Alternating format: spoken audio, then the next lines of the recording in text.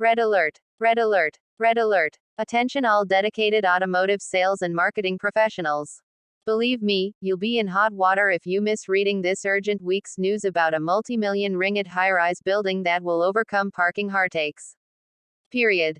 Don't believe me, this newsletter concerns us very much as we are responsible sales and marketing individuals the car trade. You ask, how? To get the right answer, just continue reading and you will agree with me more than 100%. Honest. But wait a moment please. Do allow me to highlight some salient points first. Okay. Briefly, you may be interested to know the Penang Old Airport has undergone several infrastructure expansion to meet the demands of parking needs. With the ongoing expansion, parking facilities, drivers would prefer that their cars be parked overnight here. Moreover, drivers find it more convenient to park in covered lots when making short trips. In fact, it's cheaper for cars parked in a covered space than paying for spending money to travel by taxis or grab cars. All in all, when the building is fully built, the problem of shortage of parking bays would a history. Agree or not? With that said, we shall drive straight to the core of the bulletin. Shall we? Thanks. Breaking news. RM 700 million multi-story facility will address parking woes. The 87-year-old airport has undergone several infrastructure expansion over the years, the first starting in 1977. It was fully operational in 1979 with the capacity to accommodate 1.5 million passengers. It was later expanded and upgraded in 1998 to accommodate 3.5 million passengers, and up to 6.5 million passengers in 2013. At present, the four-phase PIA expansion project is on hold pending finalization of the National Airport Strategic Plan (NASP). The NASP study on airport development is expected to be completed in 2023 in line with the National Transport Policy options for parking.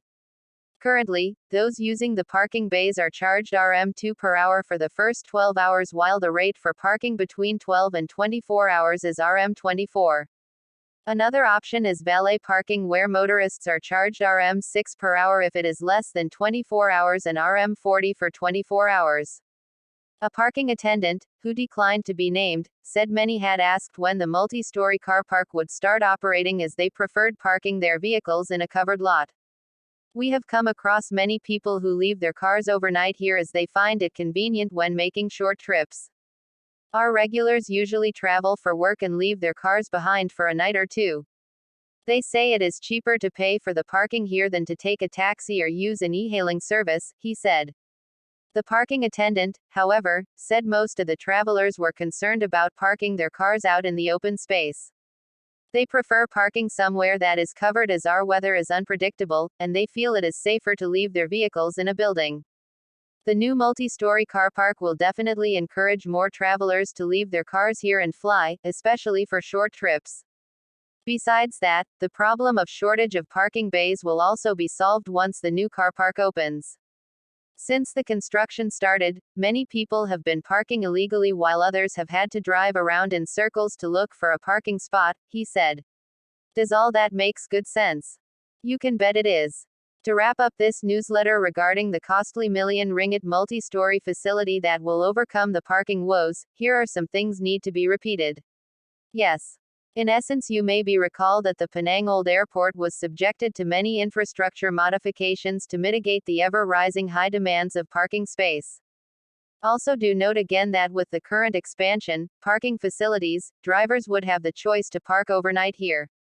Plus, owners find it more easy to park in covered space when doing short journeys.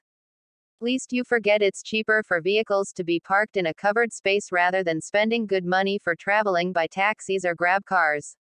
Make no mistakes, when the multi-story parking is fully built, the issue of parking shortage would be the things of the past.